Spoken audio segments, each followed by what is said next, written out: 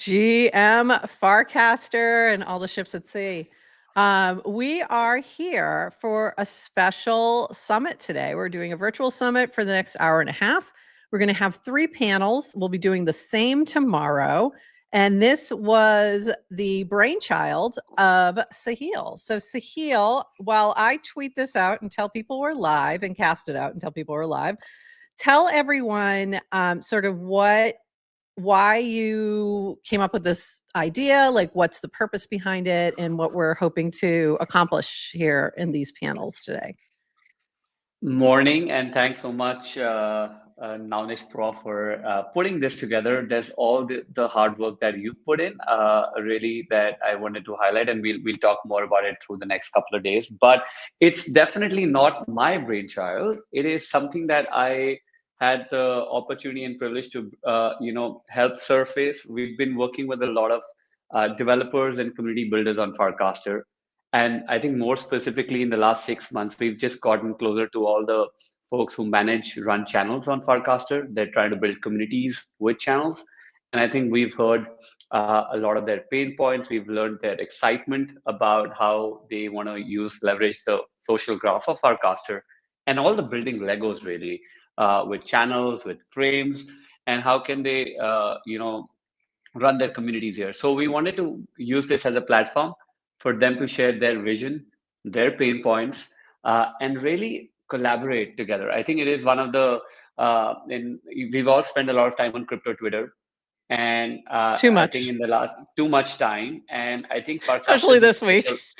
Farcaster is a special place. It may seem like a bubble to a lot of people on crypto Twitter, which is fine. That's all right. Yeah. But I think in this space, you have people who actually want to do better. They want to try and use this open social graph for doing things which we all kind of hope for, and it's really not possible on Web2 platforms or on crypto Twitter. So I think with channels, the vision is to actually try and form great communities which can survive, which can thrive, which can incentivize, which can use crypto rails.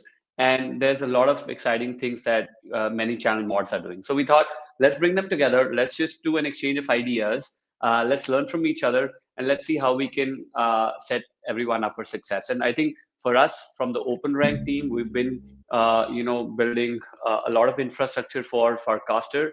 We're also working on an app for communities and clients built on Farcaster. So yeah, I think there's a lot of things that we thought would resonate. We'll get feedback. So yeah, excited about the next couple of days. There's a bunch of different themes on how we can leverage channels to build communities. What are the tools missing for people who run channels, even for end users who want to consume content for a particular topic, let's say parenting or founders or even fun memes, right? 2 of my favorite, all 3 of my favorite channels. Yeah, and yeah. They're amazing spots on Farcaster, and I would say on the internet, but how do we actually grow and scale them? So yeah, a bunch of exciting things. So that's the discussion. That's the discussion for today. And we've got our first panel, the Farcaster difference, how to become a community entrepreneur. And I'm going to bring up our other 2 panelists, Humpty and Ted. And let's do a quick level set. Sahil, we didn't do really an intro with you, but you're building OpenRank. Ted, if you want to do a quick intro, and then I'm going to go to Humpty, and then we'll dive into some questions. So to you, Ted. Hi, I'm Ted. I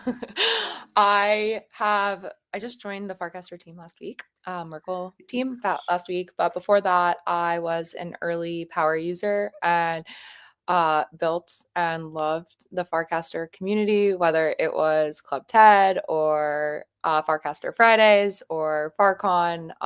So I've just been around the Farcaster community for a long time and love it. And yeah, hopefully that's a good intro. Sorry. It is a great intro.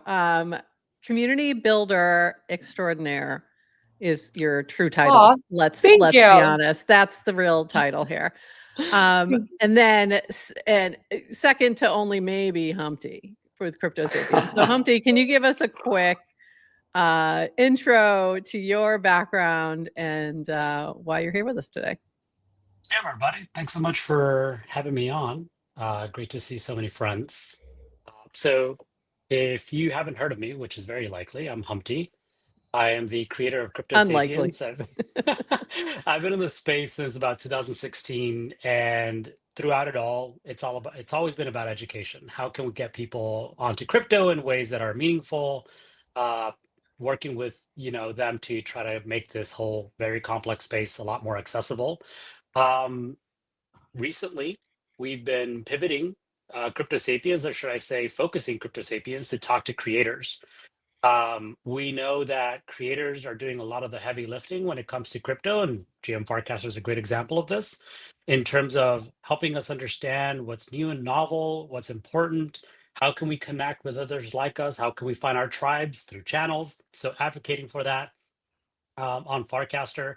And so, yeah, that's really my role in the space. And, Crypto Sapiens, the channel on Farcaster, has become a home for creators who are looking to understand what tools are available to them in this ecosystem so that they can grow a community and so that they can also make more money on chain. Awesome. I love it. All right, we're going to dive in. The OpenRank team has been hard at work pulling together some questions for our panelists.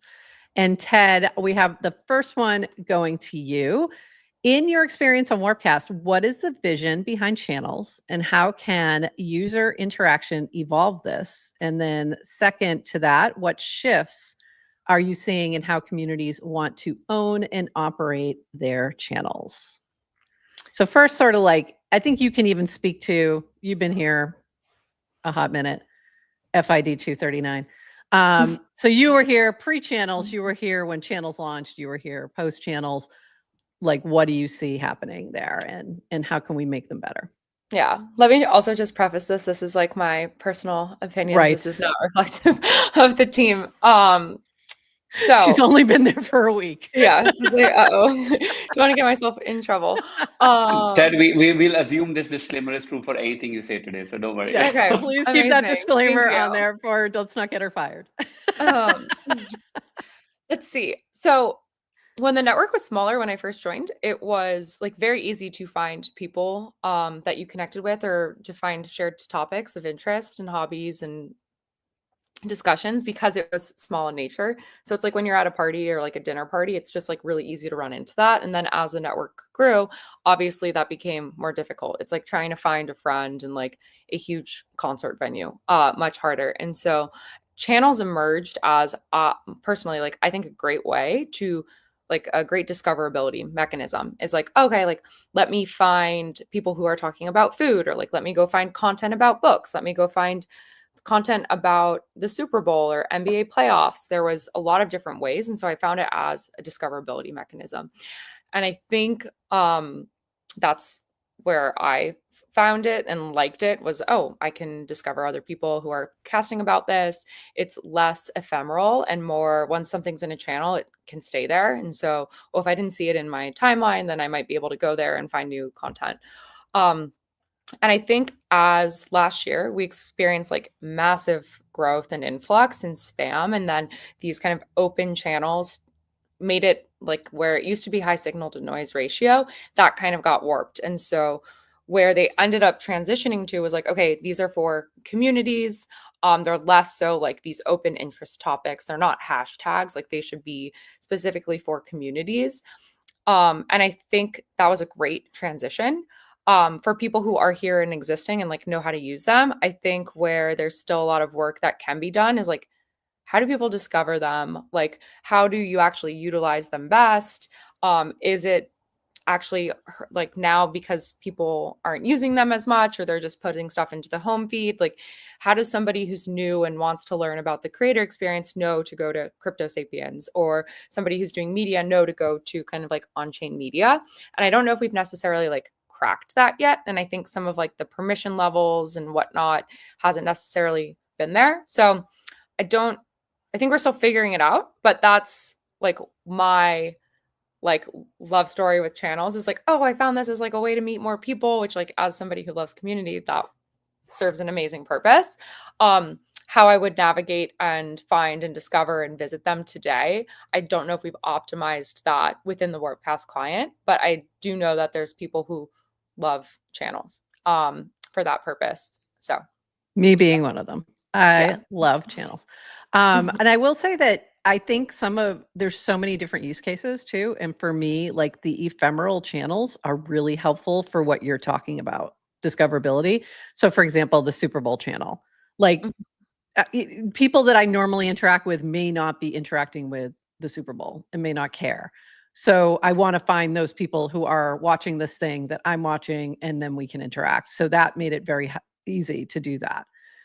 So I think that has a purpose, as well as more of the longer term, like community channels. And to you, Humpty, on that note, longer term community channels, for you, in your experience in nurturing communities like Crypto Sapiens, what unique features or tools can we offer channels to create a self-sustaining community? And that is from the OpenRank team. Yeah. So, one of the things that I found incredibly difficult when working with channels initially was that everybody who was coming into my channel kind of was being treated with the same hand as everyone else on Farcaster. Like there's one algorithm to rule them all. So whatever's happening on Farcaster, or should I say Warpcast, whatever is being applied to Warpcast is being applied to my community channel, in Warpcast. And what that meant was that visibility was a challenge for people who are coming into the channel and trying to engage and connect with us. If you were not necessarily a badge holder at one point, I remember a power badge holder, there were challenges with the way that you could connect and engage with comments and have others see you.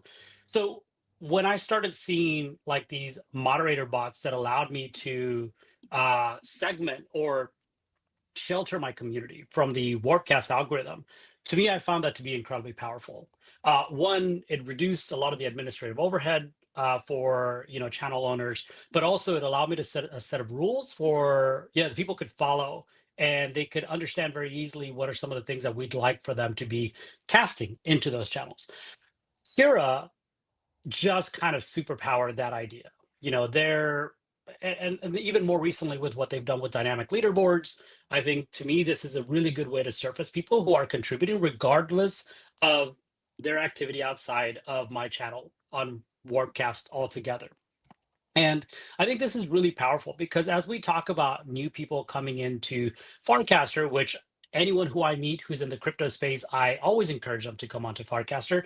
It is difficult for them to find their tribe and to connect with people because they're small accounts. For whatever reason, they may not even be using the platform the way that the team intends for the platform to be used. And so they may be labeled or might not be, but it's very difficult for them to connect with, communities that are meaningful to them and people as well.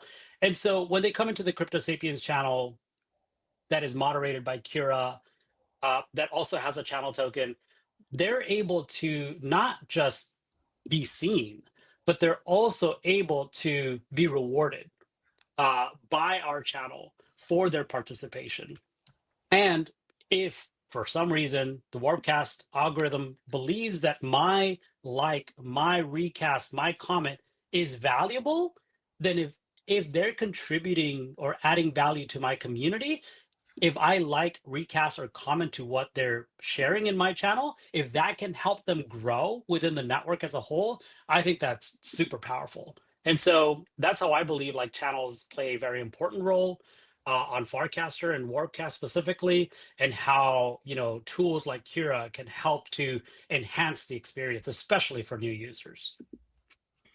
Yeah, that's a great point for new users. If they can find channels that they really connect with, I think it also helps them stick a little better too. It makes it a little more sticky for them. Ted, I want to go back to you and just see if you have any comments on that. And also there's also different approaches to channels completely. Like you have some that are more like announcements, and then you have more like community. And I know you've built different ones that, when I think about FarCon, that's more like announcement sort of level, but Club Ted was very much a community. So in terms of like the tools that we have, is there anything that you've found really valuable that you've incorporated into a channel that you've found helpful? Let me think through this. So I think someone like Humpty, and Humpty's done a phenomenal job at this, is that like being a community builder, like really owning and managing and like wanting the best experience is like unique. I think we take for granted like everybody can't do that. Like some people just like don't, their brains aren't wired that way. Otherwise, people don't have time or energy to do it. So like there's a whole variety of reasons. And so my thing is like, okay, we should actually make it as easy as possible or as intuitive as possible for people like Humpty or myself to be able to do some of these things. So that's like number one is like, I think that, and then you should show them as like a best in class example of like, okay, here's how to do it. I think other people who might have a desire to do it, but not like a natural inclination, want a playbook, like here, what are the rules of the road? Like, how can I learn how to do this? So that's one thing. From there, that's one. And I think the other thing is that you mentioned is like the new user experience is, again, I think about like showing up to your first day of like university. And you're like, oh, there's a bunch of like, I need to make friends. Like, how am I going to make friends here? Either some people ahead of time. So like, oh, you've like connected and made those ahead of time. That's really hard to do on Warpcast unless like somebody onboards you personally and there's no way to like easily connect your contact book. Nobody has each other's like phone numbers anymore. So then it's like, okay, like you go to like, oh, it's like, let me go to like the club day or like the sorority or fraternity stuff, or like, let me figure out like what I can do here. And I think channels can act as that, especially because a lot of people on Warpcast like aren't necessarily recognizable the same way that when you join Twitter, you have like a whole list of celebrities that you can follow. So I think that channels can serve as like, oh, here's like, let me go explore what's out there and like find a place where I can get my footing quickly or like more quickly before I decide to like, put in time and energy and effort, because I think it's just easier to start replying to things versus like, hey, let me like put a cast out there, it goes into the void. So that's just what I would say is I think the new user experience is really important, and channels can help improve that if done the right way. When you bring in somebody new, and you've done that a jillion times, do you give them like, here's some channels that I think you should check out, or do any kind of like onboarding in that way? When people join, We just I'll added usually, that to the invite, right? I think the invite has that now, the invite where you does can have recommend. channels, but I think you Yeah. can only recommend the Like channels 3. that we can send out. Oh, true. Like the ones that are open to everybody, I Yeah. guess is probably it. Yeah. Yeah. But I found that instead, like what I found to be like the most impactful is actually I'll be like, oh, just like make an intro post, say what you're interested in.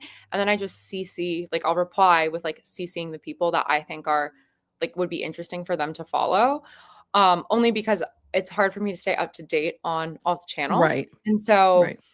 and then you don't want to recommend a channel that like I'd be like, oh, this is great, but like the last post is showing from a month ago. It like seems Yeah. stale. So I kind of just tag people in and like hope that they'll respond.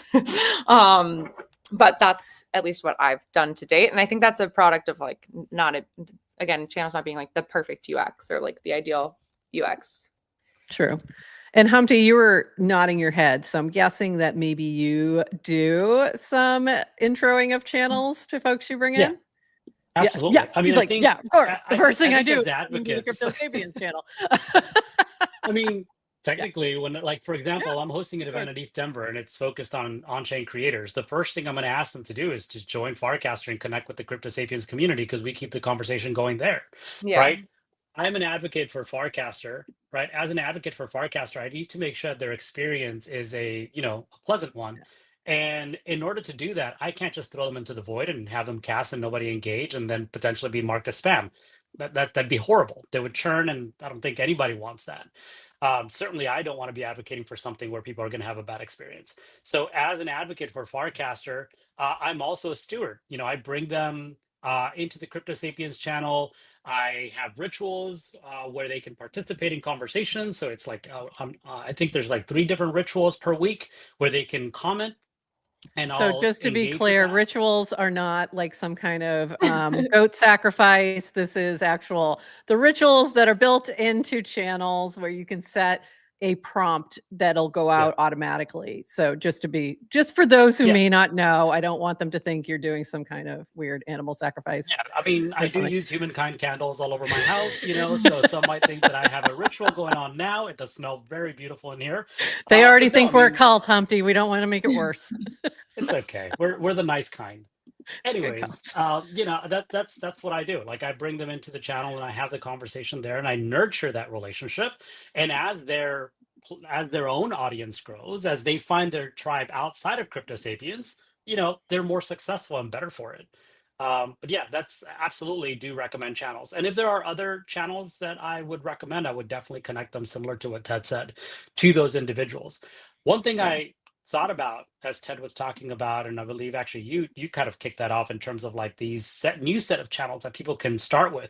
Starter packs, it's a great way to connect people to individuals, but I think starter packs, as far as channels go, would be also a wonderful idea in terms of like saying, hey, are these your interests? These are some of the channels you should follow, right? Because again, I'm still bullish on channels. I think part of the reason why we're having this conversation is because there's a very there's two camps to Farcaster, right? You have your everything goes on the main feed, it's like Twitter, and then there's the other camp, like everything goes on channels because it's like Reddit. There's still a bit of like confusion in terms of the way that you're supposed to engage on Farcaster, but I do believe that you can succeed with both or either, as long as you're connecting with individual channels and people in a meaningful way, being strategic, not just kind of like casting random stuff into the void either. Right. Yeah. Especially when you're new, you definitely helps to have somebody stewarding you. Ted, I love that with the intro post, but also starter packs are an easy way to like even enhance that experience. I'd love to see channels added to starter packs. So have it be users and channels for topics. That way you have sort of everything in one spot. Sahil, I want to get you into this conversation. Question for you. As a champion of channels on Farcaster, how can tools Kira offers help enhance engagement or address better channel user experience? And I'd say like any other tools as well that you may recommend or feel is helpful. Yeah, so I think great points by Ted and Humpty, and I don't want to talk about Cura as much, but this is really great. Okay. I as you mentioned, as you titled me as the champion of channels, it's your your team's trying to slide in those moments for you. So give them the questions. I think it's a safe space. I love to take the contrarian bet on Farcaster, where I do feel like channels I have a huge potential. There's something special, and I think just to piggyback on the last point that Humpty made, I think with Warpcast, there's too much of a burden for Warpcast to kind of drive a bunch of top of the funnel usage onto the Farcaster social graph. But with amazing primitives, of course, with frames, with channels, with so many other tools for devs, I think it is a good moment in time where we do see that this Twitter-like mold or form factor and this Reddit-like mold and form factor. I think there's a fair, stab at seeing if it works, and it has to be emergent. And I think channels are fitting into that community's persona pretty well, and we have to do justice to it because it's a special moment in time. We almost have a great. I don't want to this is so, we use this so often in crypto. It's like decentralized tech stack or decentralized this and that, right? But it actually is true. You can have your identity in crypto rails on Ethereum or whatever chain. You can have an open social graph finally on Farcaster, and you can have your own feeds, algo curation permissionlessly, right? And I think you finally have that. And this is kind of what gives us an opportunity to create piggyback on that and create communities which are open, autonomous, not dependent on centralized let's say algos or whatever, and let them flourish. And I think Warpcast doesn't have to try and cater to all of this, and that's where OpenRank's been really trying hard to understand if there's a space where we can take a stab at that, and we'll probably hopefully see a few experiments in the next few weeks. But I do feel like that is the mindset that we're bringing in. And I think one of the analogy that we talk a lot about in the team is a channel today on Farcaster more specifically is like a city in a state where it's still governed by the state, governance, the rules, which is like people complain, hey, Warpcast, why are you giving me this feed? Sure, there's only one real estate that Warpcast can cater for, and you have to abide by the rules. They've already done a good job in giving you, opportunity with all these tools. You can keep your channel in a public mode or private mode. So there's a bunch of things which are already there for you to go and run your city. But I think channels can be like an island nation almost. Like they're supposed to be these different places on the internet where the person who's actually spending so much time, like Humpty or Ted or many others, who actually invest so much time daily, if they're given the right tools, or if they have a pretty easy, they don't have to spend 10 hours, just probably spend a couple of hours, and that just creates a great experience for users, and they can exist permissionlessly. So you can have a base channel, you can have a degen channel, you can have a politics channel without having to define the same mold that all of these channels have to subscribe to, right? And I think one of the difficult yet paradoxically great things about channels is you can't fit channels into a single mode. There are so many different channel personas. There's so many different intentions. You might find a certain channel spammy if you're on Wordcast, but there's a pretty solid community that just wants to exist on that channel and talk about whatever, in whatever language, on whatever topic. And that's fine. Let them be. But you might get great content on politics if you're in the US, you're following elections, you have that, or you're at Eat Denver, you might find a channel to be super useful for seeing what folks are doing, what high signal, what Ted was mentioning, what are the high signal content around a particular event. And that's your place that you spend a lot of your time on Warpcast because of that, right? So you can let all of these things be with channels if you give them the right tool. So I think that's really our North Star is create those open spaces. And the Luz analogy is Reddit. I do think that's a form factor which is kind of exciting, and that's where we want to get to. And we've been with Cura, just having spent a lot of time with channel mods, what are their pain points, trying to stitch that experience together. And I think that is kind of the exciting thing, because specifically in crypto, you can see a lot of people actually are a part of Discord channels. They're a part of Telegram groups. They're a part of chats. And some of these, and even meme coins, are actually communities around a token, and they have so much kind of conversation happening. Not all of them, but yeah. Not all of them, but it's a stretch. It's a stretch. Yeah. But I think that the whole idea of a community, we want to just give the right kind of stack for them to, and Farcaster is a great place to take a stab at that. So yeah, I think that's kind of my a stream of thoughts on channels, if you may. I had a lot of coffee, so I had a lot to throw out there. No, that's awesome. And we're about to shift to panel 2, and I do want to, I'm trying to show this and it's not letting me show. There we go.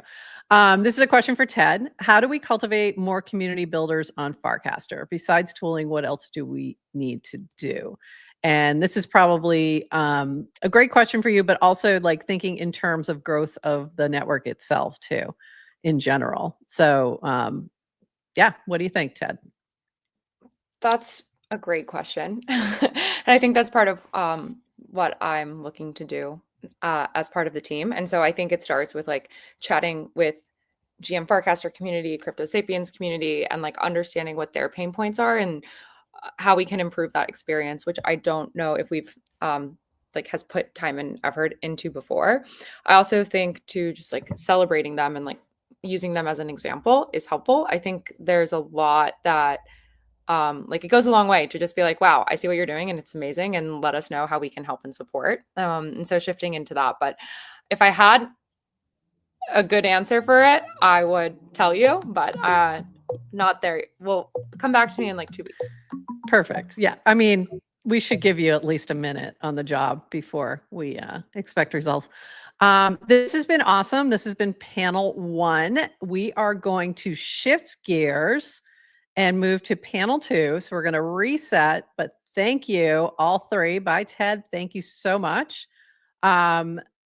Humpty, stick around. Don't move. I'm going to be moving some people around here. We're going to bring up Shazo, Andre, Eric, and Phil. And also I'm going to bring up Gloria, and I am going to disappear for a minute. And Gloria, if you want to come on screen, Gloria is going to be our moderator for this panel. So I'm going to move myself down and turn it over. And for panel 2, just to intro this, we're going to talk about progressive ownership for communities and continuing to sort of focus on those channels that are community focused. So, Gloria, I am turning it over to you. So unmute and I'll be down below. Great, so we're already starting. Awesome. 2 minutes late. Well, thank you guys so much for your time today to have this discussion. So I'm Gloria, and I work with the OpenRank Cura team. So we're building for communities on Farcaster to have better tooling to kind of grow and do more amazing things. But today's conversation for this particular panel, I'm so glad to have you all, because I know you have been expert, practitioner, and champion and thinker on this topic, which is about like how do we leverage, this special, offering from Web3, that is tokenization, but now to make it hyper financialized for community building rather than to leverage its power to actually serve communities. But before we jump into the conversation, I just want everyone to maybe give like a 1-2 sentence introduction of yourself. So yeah, a little bit of like your journey and who are you and what you're passionate about. Let's maybe start from the screen. So Humpty, do you want to kick off? Sure, Jim, everybody. For those of you who don't know me, you weren't part of the previous conversation then. I'm Humpty, creator of Crypto Sapiens. We've been running a media platform for a little over 3 years now.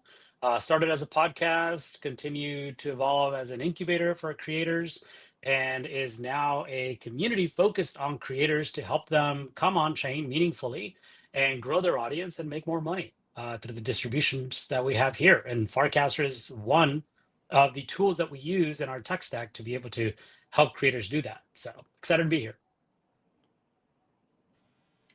Hiya. Thank you. My next? Cool. Yeah, Andre, yeah. Sure. My name's Andre. I'm Shazo on the internet. I'm mainly an independent open source developer. I maintain a bunch of big open source libraries. The latest one I'm working on is What's ABI. It helps it make Ethereum front ends more decentralized. I have a little bit of experience building little communities here and there. I've like co-funded a DAO and stuff like that, but just mostly focusing on improving decentralization across the stack.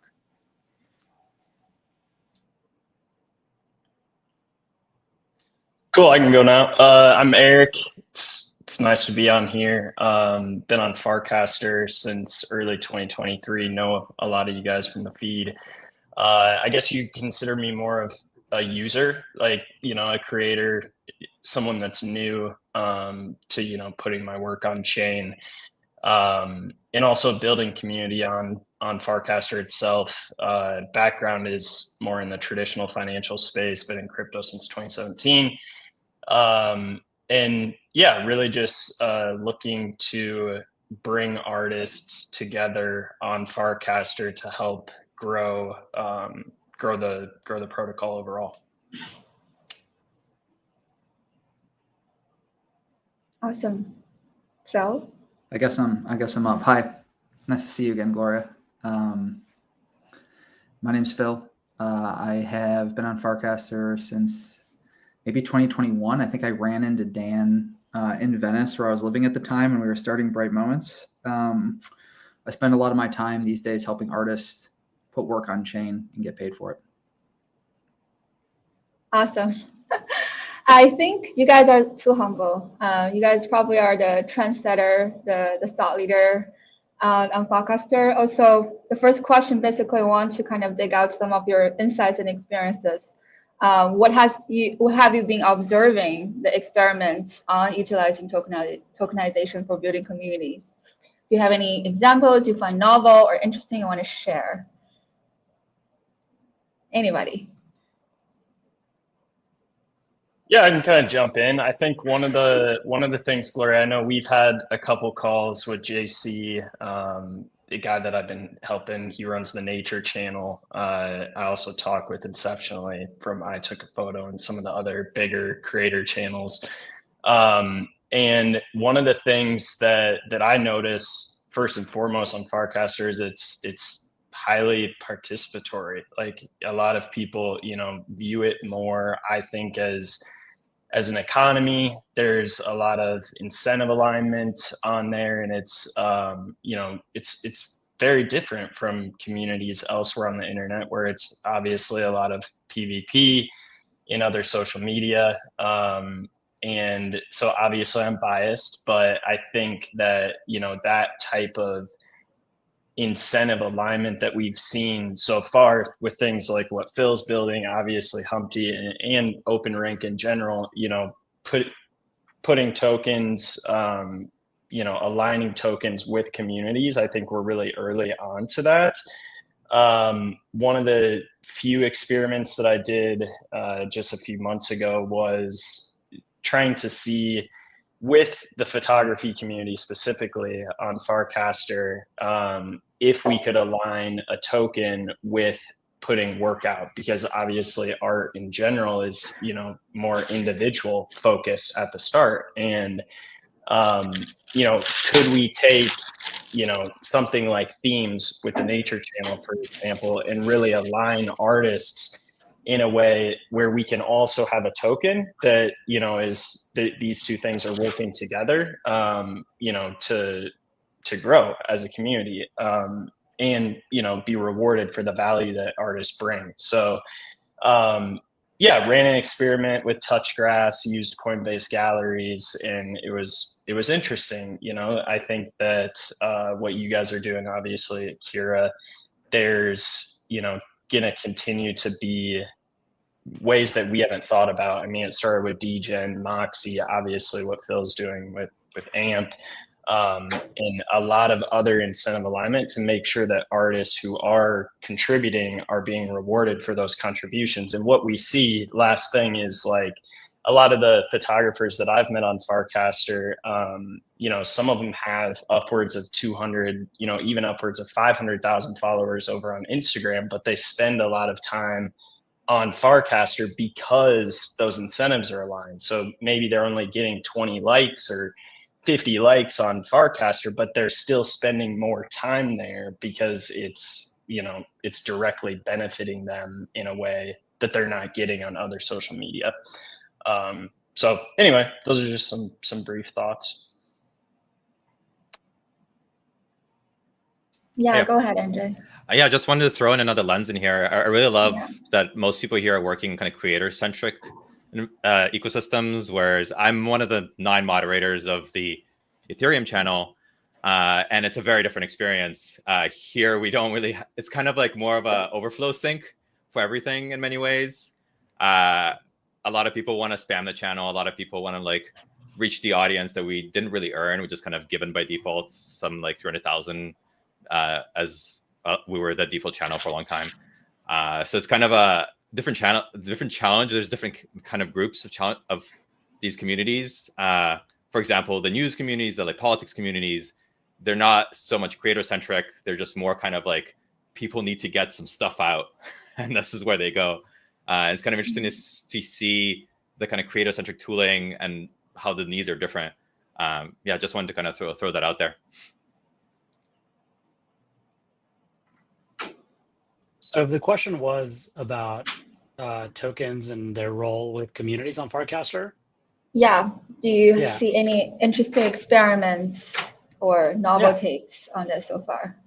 So I'm fortunate to have a lot of conversation time with Gloria. We've actually hosted a 4-part mini-series covering OpenRank and what they're doing on Farcaster. And I brought to them, even before a lot of the work that currently is available, like live, like dynamic leaderboards and channel tokens, some of the context from what was happening on Farcaster to them.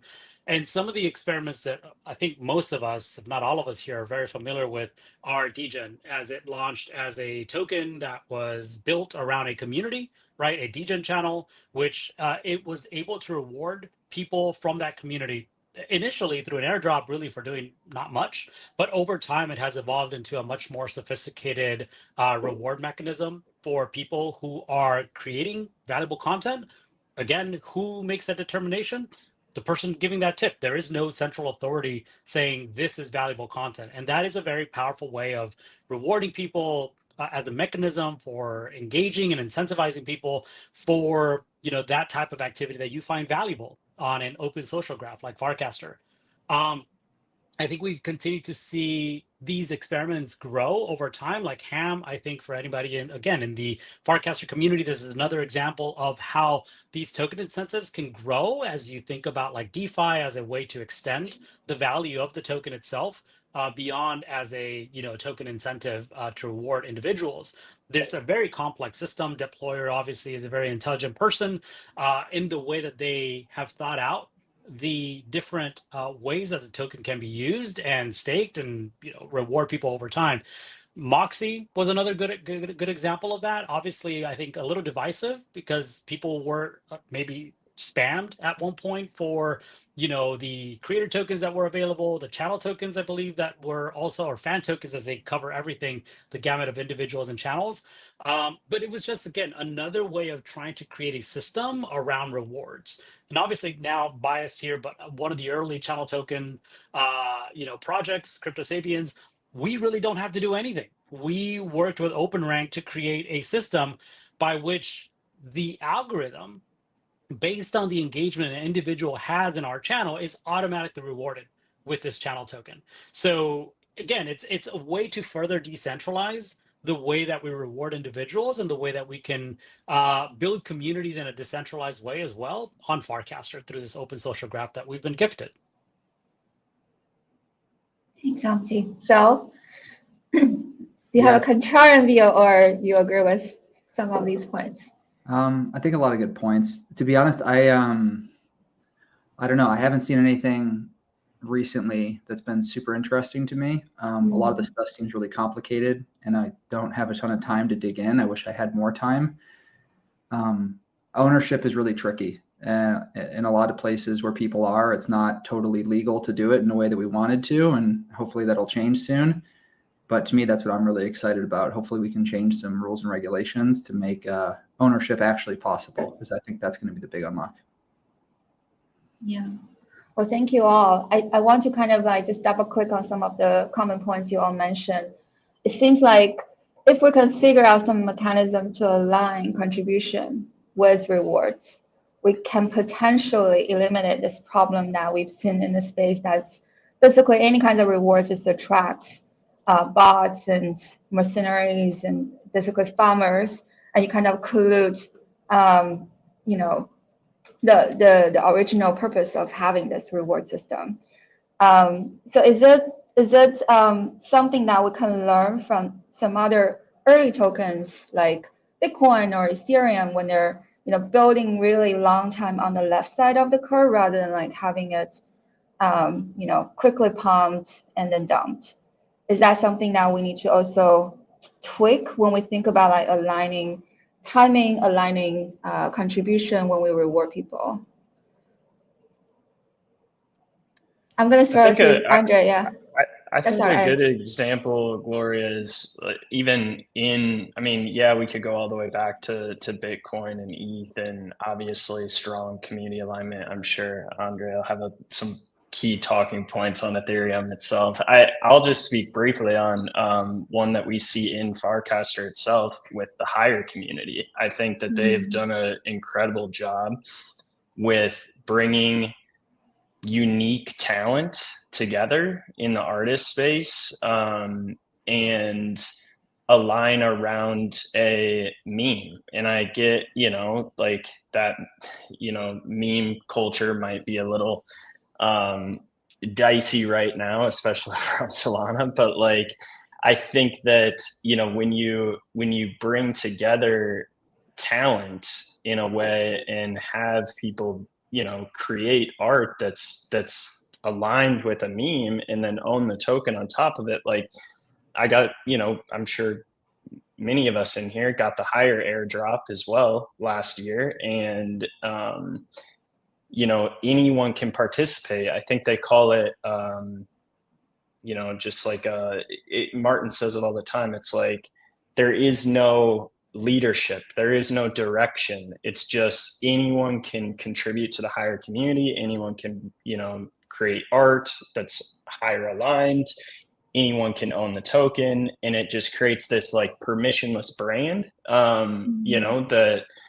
that makes it so even you have outside companies. I think, I don't know if it was TLDR or someone, maybe it was Jacob from Zora, like, put the higher logo in the Zora Slack channel. And it's like, that's, just using a permissionless brand saying we are a part of this community too. And I think there's a lot of power in that. So that's with the token and artwork and, a community. I think they've done an incredible job with that. Yeah, I think you, Gloria, mentioned something about Bitcoin and Ethereum and, developing this on the left side of the curve, whatever that means. What I want to talk about is like what Eric brought up in terms of culture and hire. I think that's a perfect example of where we're at and actually where things always have been for a long time.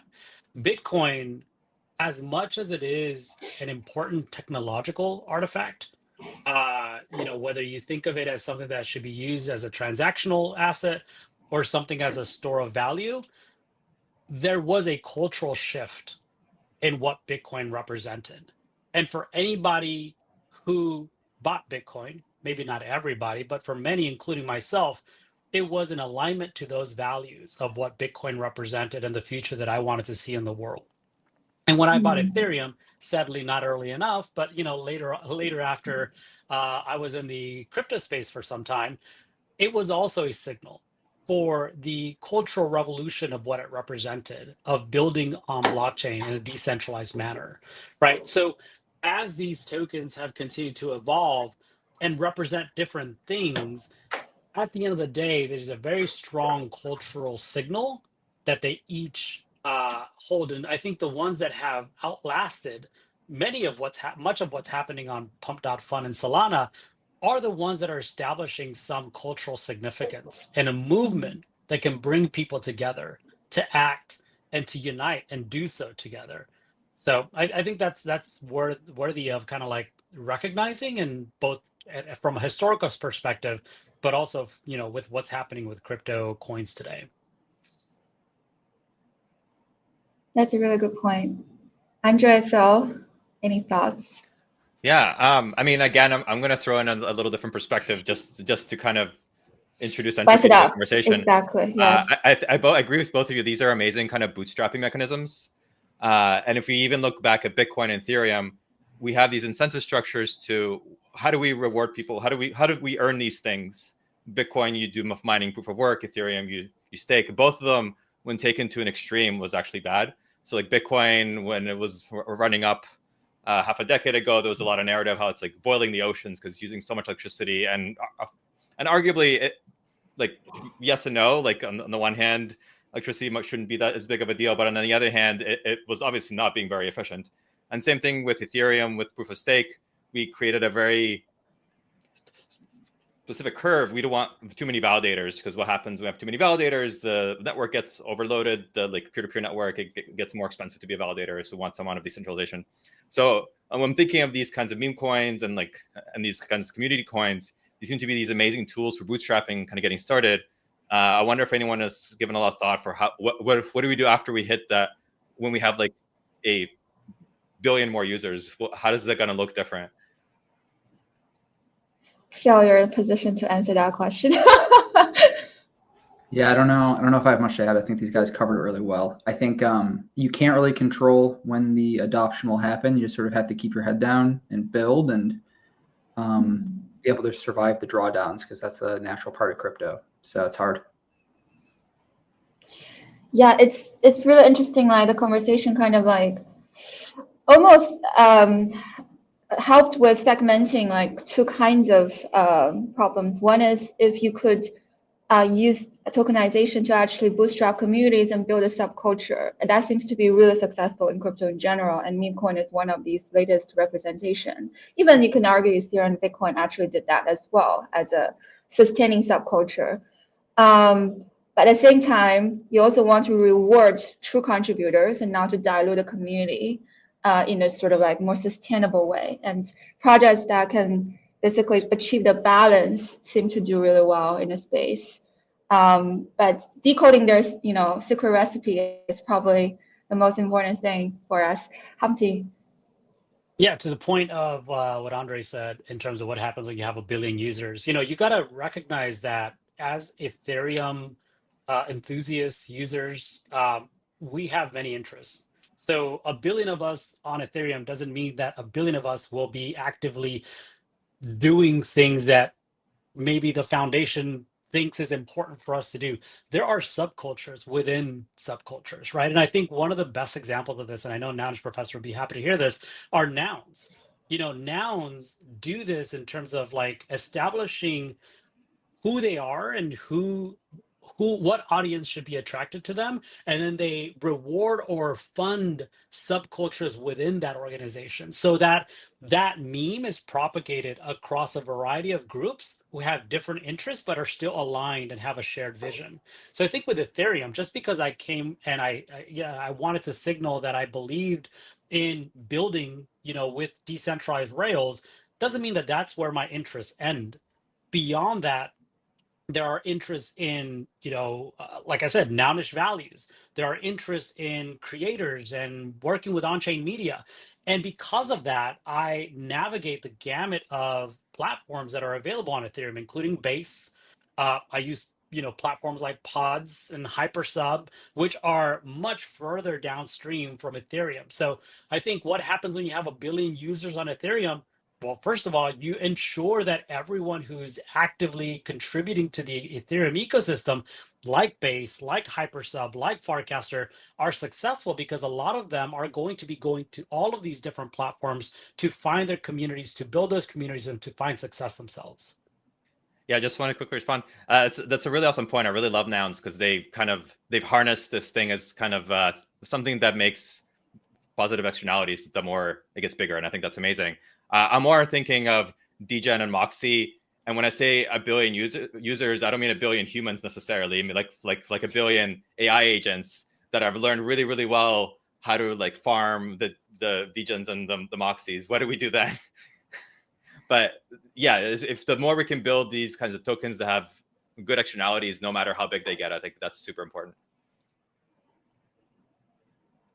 I think just one other point, excuse me, one other point to bring up is I think I've been thinking a lot about Farcaster, and let's say Farcaster does eventually get to 1 billion users, for example, or even 100 million. I think about how just like in real life, you can have successful people and successful communities in various places around the world that have no idea that the others exist. So like, in Farcaster, you could have a successful, like we brought up Hire, we brought up Nouns, we brought up, some other communities. You could have a successful community that maybe stops at, 50,000 people. And it looks, and I get that, there's this comparison gets brought up often, like cities, states, countries, that type of thing within crypto. But I do think there's a lot of just, similarities between like you can have successful communities that don't grow to be 1 million people strong. You could have a really successful community that's only 1,000 people or 100 people and have, value still there. So obviously there's going to be some communities that do grow to mass scale, just like we see in, traditional economies. You have an Amazon, you have, companies that grow to mass scale, but there can be successful people like, I'm sitting here in Milwaukee. I'm sure there's a successful plumbing business right down the road that I've never heard of, but they're doing great. And I think there's going to be a lot of comparisons in crypto in that way, where, as the space scales overall, we won't be able to know about everything that's happening in terms of like what is successful from a financial standpoint. So. Yeah, that was the Cozy Corners thesis, right?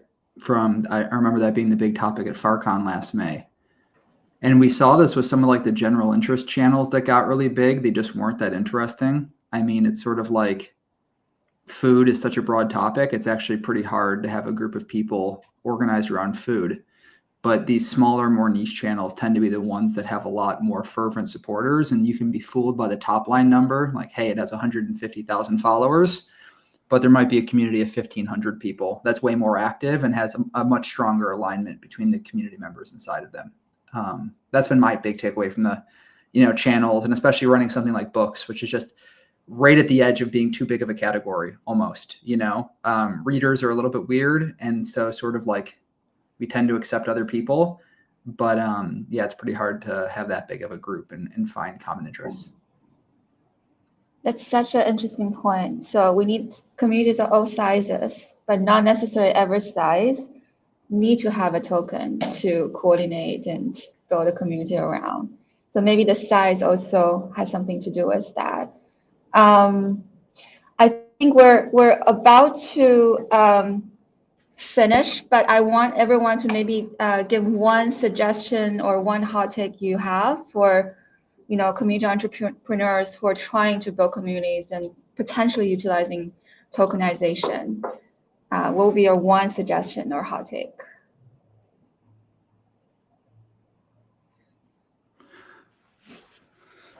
I'll go first. I don't think airdrops work that well. I really don't recommend it for most people. It's sort of like, I don't know what a great example is, steroids or something. Like, you get results quickly, but the long-term effects are pretty bad. And I think a lot of people go for the airdrop because it's a great way to get results up front, not have to do the work. And then you're sort of left with a pretty bad cultural debt that you've incurred from a lot of people who have allocations that are mismatched with their long-term ambitions to participate in the community. And so I think you're probably better off doing it manually and giving out tokens by hand early on than you are trying to optimize for a market cap and give to as broad of an audience as possible. There's obviously exceptions that make the rule, but I think the fact that those have succeeded is in spite of doing a big airdrop, not because of it. So, great point. Eric, you want to go next? Yeah, sure. Not really a hot take, but I think anyone that's new to Farcaster, and I know GM Farcaster has a bunch of new people that come and see what's, this is a way to learn about what's happening on Farcaster. I think just my only recommendation would be interact with people and try things, like try their products, try to create a channel, reply to people, just be active, because it, if you try to launch a token, if you try to do something, like, most people aren't going to remember that you even, like, let's say it fails, like they're just not going to remember, or quite frankly, like, most people won't really care that much. So like, just try anything. And I think, people on Farcaster, and I know we had Ted and some others like on the previous panel, everyone's really open here. Like, everyone's open to having conversation, open to ideas. And, I just think that that's ultimately, it's a big differentiator here versus on other socials. So that'd be my only recommendation. Thank you. Andre? Hiya. Yeah, I kind of want to bring back to what others said. I totally agree. Lots of small communities is going to be extremely powerful and important, especially as we get an infinite number of agents. One angle I've been thinking a lot about, which is kind of a hot take, is I think we need to focus a lot more on how cross-pollination happens between different little communities. I'm in lots of small little group chats, and we share links back and forth a lot, but it's all very disorganized, very haphazard. And I think kind of cross-pollination is going to become increasingly really important in the future as we build more and more of these little communities. So I'd love to see more kind of mindful design around that. Humpty is going to conclude the panel for me, so I'm so glad you're the last one. I mean, I've said it before. I think just make sure that you have a clear set of values, for yourself and for what you're building, and define the mission, who it is that you're wanting to connect with and grow a community around, and build. There's nothing, you can't really shortcut any of that. You just really got to put in the work and be very thoughtful from the beginning, because otherwise, even if you drop a token, it doesn't really matter if you don't really have a defined set of values and a mission and people that you want to target. Great. Thank you so much, guys. I think there are a lot of really good insights. We probably will double down to expand after this conversation. I know Humpty is actually hosting an event in Denver, further expanding some of these conversations. Unfortunately, we don't have time to take more questions, but I'll see you around down Farcaster, and we can keep the conversation live. Thank you. Bye, y'all. Thanks. Bye. And we will be putting these different panels out as recordings as well, so more conversation can happen around that. And Gloria, we're going to transition now to panel 3. Right. So while we switch. do that, we're bringing up Plants and Ash Money and Java Boo and Nate. Nate, gotta get all the A's in there. So welcome to all of you all. And we're going to move into talking about, for panel 3, why people stay and engage, how to build channels people love. So what I'd love, Nate, we lost you. I think you may need to reconnect your devices. We'll bring you back up when you're back. So what I'd love to do first is kind of go around and ask each of you what channels are you curating, creating, building, and what have you seen? Here's Nate. Nate's back. Hold on. So just do a quick intro and then talk about the channel that you are working on and contributing to. And just give us a brief overview of that. And I'll start with Plants/Catwalk. Sure. Pleasure to be on here. Hello, everybody. Familiar faces. Name's Plants. I've been on Farcaster for about a year and love channels. Specifically, my background, right? Degen turned wannabe builder and content creator. So I'd like to think that I've matured coming through the NFT PFP craze, stuck around during the bear, and then I realized hope there's we've actually a lot all more matured since then. We have. Let's hope, right? Please. Like 95% of the people I've met are still stuck on X. And then all of the, I'm not sure we can curse on here, but they're in the shitters. They're not coming over. By the way, we are broadcasting this on Twitter, so just let you know. Well, I mean, I stand behind this to all of, my fellow PFP friends.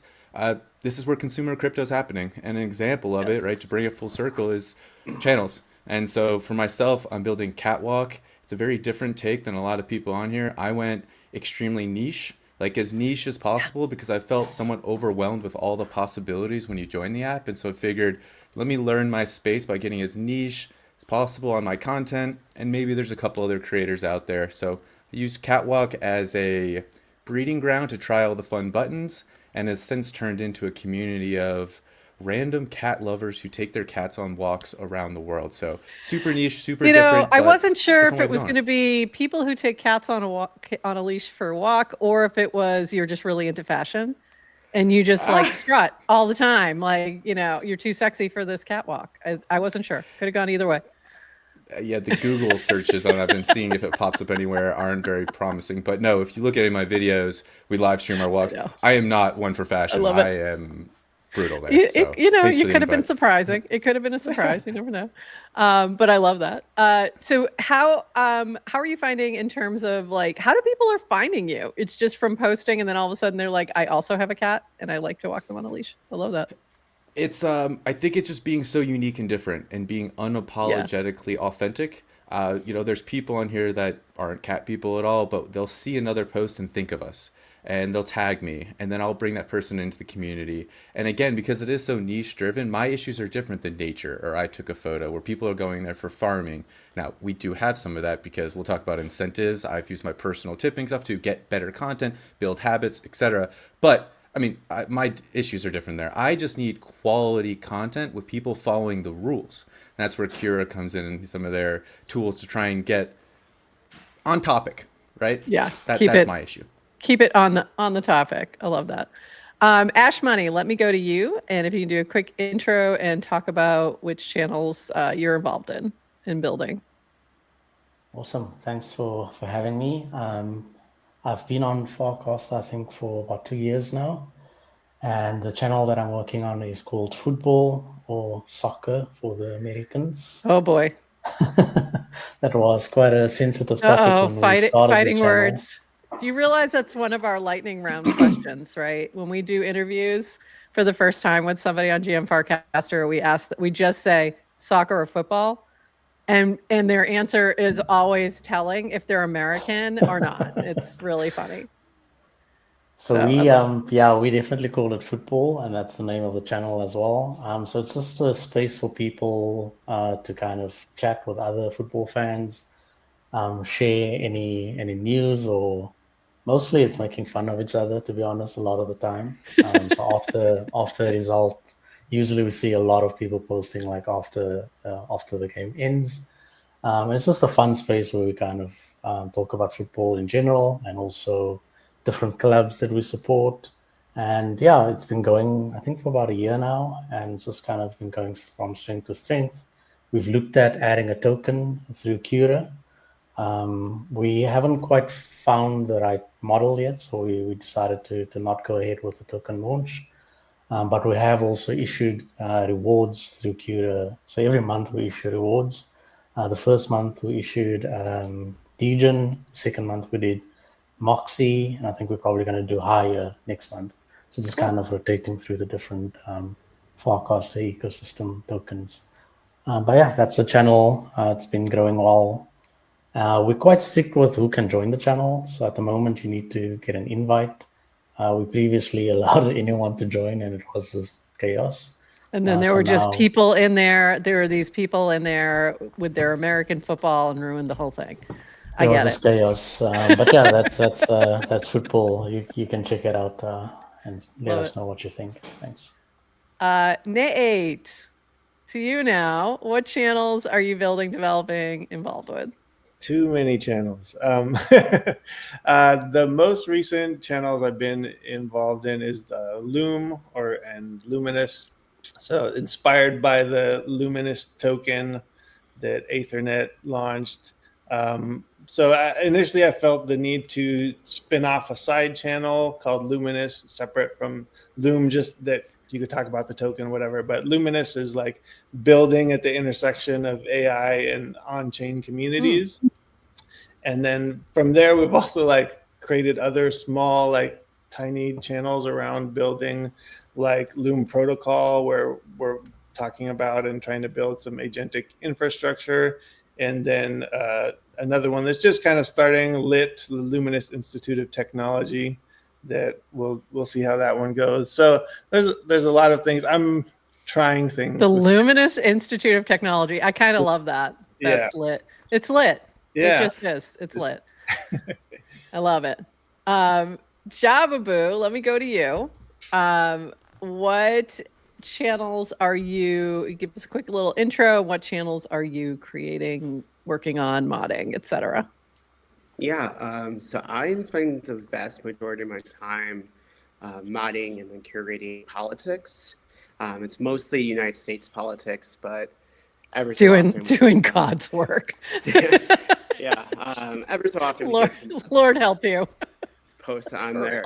But really, I think the mission of the politics channel is to have a space that we can kind of break down silos. I think what we're seeing is like Twitter has become very heavily Republican. You're kind of getting a shift of people that are more Democrat going to Blue Sky and kind of leaving, and we're just like becoming more and more siloed. And I am really hoping that at least on Farcaster, we can start building that community where we can have conversations of why do you support this policy? Why are you supporting this politician?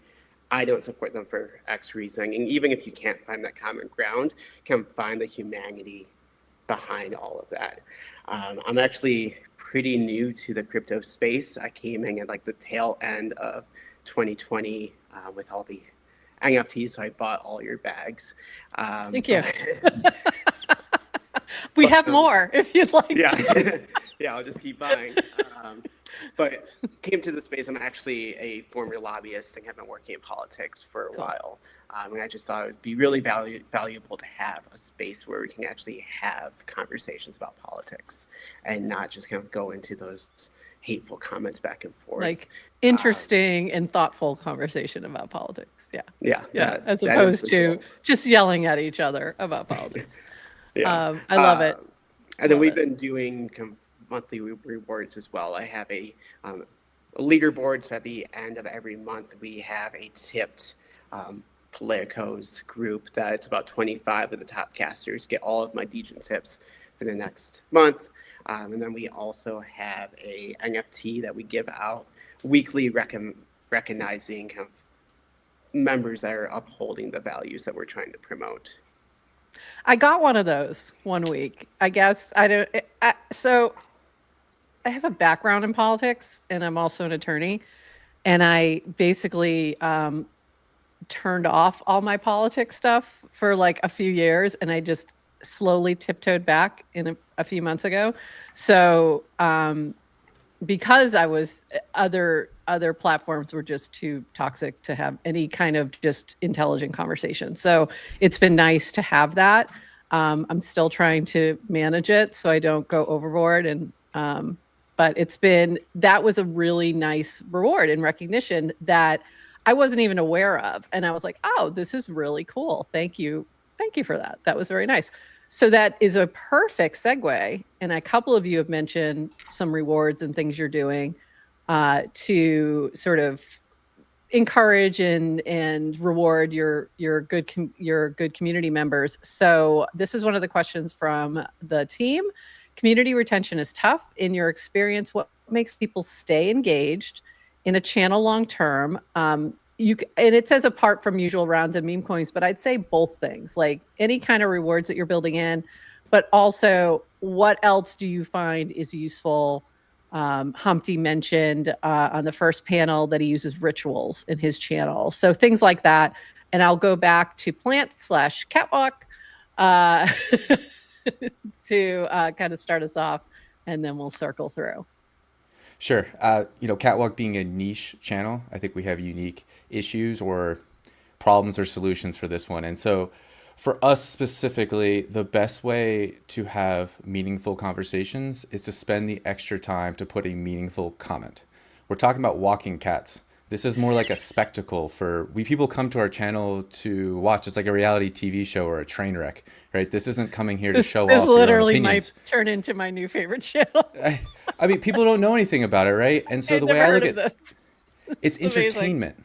It's entertainment. We always hear from Dan, more interesting content. Well, not everyone likes cats, but I can tell you what, this is something that's interesting and unique. And so for me, it's about finding 5, 7, anyone besides me that is willing to put content out there and share this very unique experience. And so mine was all about, are these people farming? Are they BSing? Are they using AI? I asked very specific questions that you only would know the answer to if you walk your cat or you take your cat outside. And so for me, yes, rewards are nice, but catwalking is a lonely experience. I'm the only person in Vegas I've ever seen do it. I've traveled to almost every state in America. I've only seen it happen twice, and it was both in Oregon, right? So like, point being, this is lonely. And so the internet is a place for people to connect, meaningful, in-depth conversations about niche topic. That's how we were able to succeed and build community. Then other people start watching and asking questions, and it becomes a feeding frenzy in a good way. All right, everyone needs to go follow Catwalk channel right now because, like, I'm kind of excited that I've now learned about this channel. Very excited about it. Yes, you will be seeing Catwalk on GM Farcaster very soon. Ash Money, how are you keeping members of your community engaged, and what do you find is working well in regards to that? Yeah, on our side, I think the one learning that we picked up quite quickly was just issuing rewards is not the best way to go about it. So we kind of keep it a bit more random. We don't really have a set structure in terms of how much rewards we are issuing or when we are issuing the rewards. So it's kind of random, which makes it a bit harder to game. The one thing that we found works really well is adding, I don't want to say utility, adding games to the rewards. So some of the rewards we do are based on predicting the outcome of a match score, for example. And those rewards we kind of see do a lot better versus just kind of airdropping a bunch It of seems like there would be people. some good synergy with Bracket for Definitely maybe doing, yeah, is. at least, as they expand and grow, it would seem like that would be a good fit for maybe connecting. That would be But awesome. yeah. I see you've got some fans in the chat. They're throwing up the soccer balls. I call them soccer balls. Love that. Nate, how are you encouraging keeping people engaged in your channels? Yeah, I've definitely been heavily using contests. The way I think of contests is more of like a talent discovery mechanism or like a entry way into the community. But long term, I feel like people want to, well, and different from catwalking, obviously. Channels are different. I gotta say, I didn't see the overlap of catwalk and football coming, but there you go. Yeah. There you go. Sorry, go ahead. Yeah, at least for us, I think people want to be a part of something that has a vision that kind of has a long-term direction. Doesn't need to have like a concrete roadmap, but something where you feel like this could become something, right? That long-term grows and it expands. And then I think there's also something about finding the place where people's interests meet their skill set. So people have the skills to contribute and the interest in contributing to the community. Because like one thing, trying to encourage people in the community to work on the protocol stuff or agentic infrastructure. I feel like we don't have as much of a technical community so far, so there hasn't been as much engagement there. But it is, which was my hope, bringing in a few new people to the community. So I think, yeah, where people have the skills to contribute and the interest to show up, I think that's kind of key. It seems like that particular channel would find a lot of just general interest, even if people aren't just because they're curious about that intersection right now, especially where you even have in the US, a new czar who's specifically looking at crypto and AI. So it makes a lot of sense that there would be some interest there. Javaboo, you mentioned already NFT, but how else are you keeping people engaged? And also, how are you keeping fistfights away from the channel?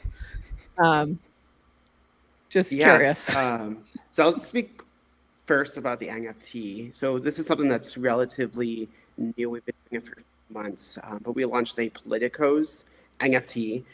So kind of going back into a few years ago, or I guess last year, with the Farcats.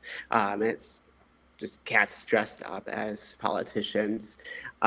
So we send that out every single week, and really it's just to recognize a member of the community. And I think those types of recognitions, even if there's, if you get that NFT, you get added to a DGen microsub list where you get I think it's 5 cents every 3 days or something. It's not that much.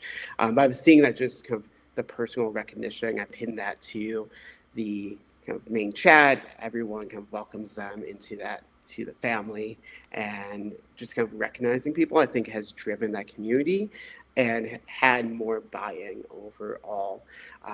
I will say that we also have some great mods that I've been working with for the past year since we launched this channel that really uphold that value. And we have conversations about members, and we do ban people from the politics channel. It's usually people that are just kind of spamming the channel, but sometimes we have had to ban other members if they weren't upholding the values that we were looking for. And I think the last thing that we have is a soulbound membership NFT, so you actually have to pay. It's about $10 to join the politics channel. And I think having that small kind of buy-in of saying, I do want to participate, I'm willing to pay X amount, has kind of helped us generate that community that we're looking for. Yeah, that definitely creating maybe little barriers, not huge ones, but if you're trying to curate a community, that can be really helpful to at least keeping out, just straight up farmer spammer kind of thing.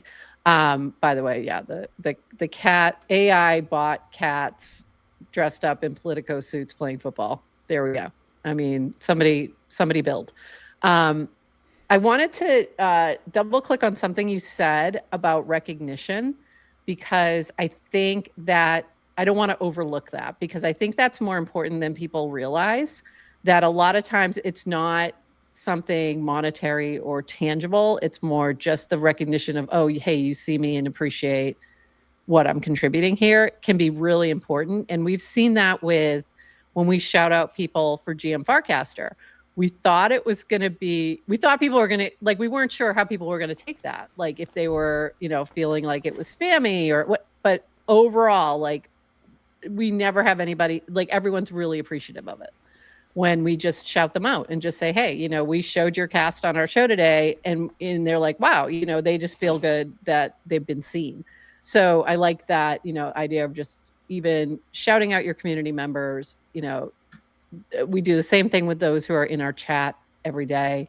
And it takes a little bit of extra work, but it's worth it to be like, hey, I appreciate that you show up for us. And we want to make sure that you know that. I think that is, underappreciated. So is something as simple as that can be super helpful. We've got a couple more questions, but I'm going to hone in on one more because we're running short on time.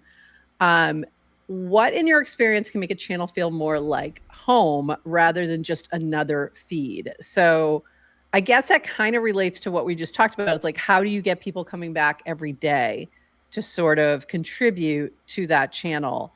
And is there anything, any suggestions you may have for that, or anything that you've seen that doesn't work, that you tried and you're like, well, that really didn't work? Because sometimes that's the best learning we can have, for sure. And I'll leave that open to whoever wants to jump in first.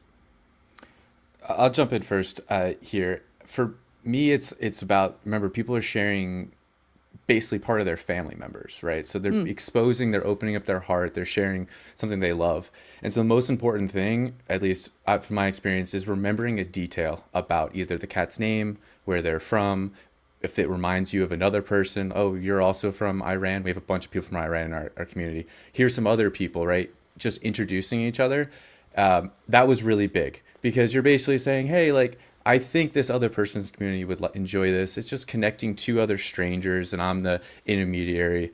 So it's making people feel comfortable by remembering something specific about their family member. And specifically, as we go forward, the way I envision this is, because all these casts are on chain, eventually I would like to have a historian for my channel. It'd be a bot. It remembers everyone's cat's names, where they're from. It encourages the rules of engagement in the channel as well, and plays like kind of moderator, so we don't have to. But mainly, it makes people feel comfortable and remembered. That's the most important. I love that. And Adrian just developed a GM Farcaster bot, and that was one of the parts of it, was just to like be a historian, if you will, and be the thing that we can go, hey, did we ever talk about this at all, and pull those episodes and give us links to it. And it could be very similar, like, hey, did we ever have a cat that was XYZ? That would be a cool thing to have in there. Ash Money, you want to go next? Like, what have you found has worked? Any experiments that you've done that haven't? How do you create it as a home that people want to come back to every day? Yeah, what has worked for us is we make the members feel like they're part of the decision-making process of the channel. So before we launched the Cura leaderboard, we had a proposal where channel members could vote on whether we should launch it or not. We did the same with the channel NFT, and we actually did the same with the token. And we've seen that doing those kind of proposals, even though it's not like a technical DAO, it kind of creates that buy-in from the community. So that's one thing that has worked really well. Another thing that has worked well is sharing more real stories. So we had Afro Chicks, her brother is a football player, and he did a kind of like a community call. So that was really cool. You've got people going to games. Somebody went to a game, I think in Seattle this week, where it was like freezing, and they had a picture of them at the game. So bringing those kind of real stories into the channel also helps a lot, just to step away from all the kind of trash talk and kind of banter.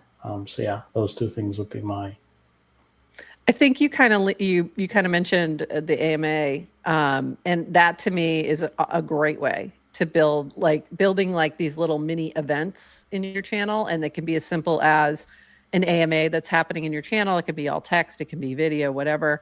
But I think that is a great approach too for certain channels. You know, it's not going to work for everything, but I think that's great. I love what you said about buy-in from the channel members. I think that is always fantastic. That makes it feel more like a community. And coming from the world of DAOs, that's not always easy, but it is.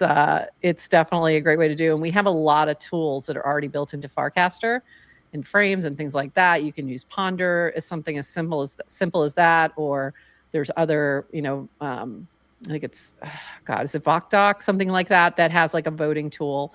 So there's a lot of tools that are already built out within the Farcaster ecosystem for that approach. Nate, how about you? What else? How do you make it feel like home? And what kind of experiments maybe that haven't worked or worked for you? Yeah, I think maybe home isn't the right analogy for me, but places of belonging, places of contribution, places where you can meaningfully participate and feel like your participation is valued is kind of so I think that there's been a balance of providing vision and then having early people be able to like shape the vision and direction and being part of it, because nobody shows up if there's no like vision or direction to start with, but also allowing a lot of input to shape the vision. And then I think there's also this balance of being a closed and open community where and also public private, how much is like private in group chats and how much is public on the feed. I think my initial mistake is I was trying to make everything public, like everything is, but people don't want to like say, they want to like, hey, some people don't want to just put everything out there in public. But avoiding like any sort of backroom chatter about whatever, but to allow some closed private spaces. And then like welcoming, like allowing welcome to new people, even if they don't quite know the culture or the community yet. They're just here for the contest, to still be open to engaging with our participation. So that's kind of some thoughts. Yeah. Yeah, love that. And there was something you just said, and now I just lost it, that I was going to comment on. There's in terms of what you're doing. Oh, I know what it was. Group chats can be another aspect of this, where you can tie together, especially if your channel has a token or has some kind of gating to it. You can build that into a group chat too, where if you wanted something that felt a little more private, that would definitely be a possibility to connect it with your channel as well. And Javaboo, how about for you in terms of how are you making it? And this may not be the same for politics, but making it feel like home, or making it feel like, maybe for you, it might be making it feel like a comfortable place, especially where people might feel scared to wander into the politics channel. Yeah, I think overall, like when I first launched politics, I was trying to grow it as fast as possible. We had you could easily join. We were trying just to add as many members as to get that conversation going. And I think I've shifted that thinking to being like, if we don't add a new member for weeks, that's completely fine. Like if we are right now, we have a good core group, but there's probably about 100 to 200 of us that comment and have discussions every day, every week, and I am fully comfortable with that. And we have more and more people kind of joining the channel, just as they're not able to cast in the channel, but they're able to view the channel and that continues to grow. So it's showing that we're having conversations that people are viewing. But I think slow growth is now kind of where my focus is on. Like, we have really good members. I want to support those members. And if we slowly add more and more, that's great. But I don't need to have 10,000 people talking about politics. We just call that Twitter. Yeah, we just call that Twitter. I do want to pull a couple things from the chat in here really quick as we finish up. Whoops. There was a comment about AI agents rather than bots. And actually, that's what I meant. I think I used the word bot, but I actually meant an AI agent. So like what Adriana developed for GM Farcaster is actually an AI agent. So it's definitely different. And then there's also a comment in here about, to be honest, nothing will gather and hold people in a channel except rewards. I disagree, and so do some people in the chat. So rewards can help, but it may not be the only factor. And also rewards can, if it's done well, I agree, it can be a way to really help keep those who are engaged, but it doesn't necessarily lead to quality. So that's the one thing you have to just keep in mind. And sometimes you need to tweak those things to figure out that right balance that makes sense. Like, I think some of you all have experimented and talked about that, and then figuring out what is the way to do rewards that make sense for those who are contributing, especially organically, and who are really adding to the conversation and the importance of the channel. So yeah, I agree. I agree that you got to figure out the farmer part of this and make sure it doesn't distract from why you created the channel in the first place. Like, I'm assuming that you don't create a catwalk channel for monetary gain, but maybe you do. I don't know. If you can get enough people and they all stream, it might be an interesting thing. But yeah. I think there's actually probably a really good possibility there. Very fantastic. We are going to wrap here. This has been so much fun. It's been great to get to know you all. Go follow all these amazing channels that we've been talking about today. We're going to be back tomorrow at the same time with 3 more panels. So we'll be hearing from other channel owners, creators who are doing the work, and take some more questions then as well. So anything else that you guys want to shout out really quick as we wrap this up? We good? All right. Thank you all. This has been fantastic. And thanks everybody for popping in. And we will see you tomorrow. And with that, bye-bye.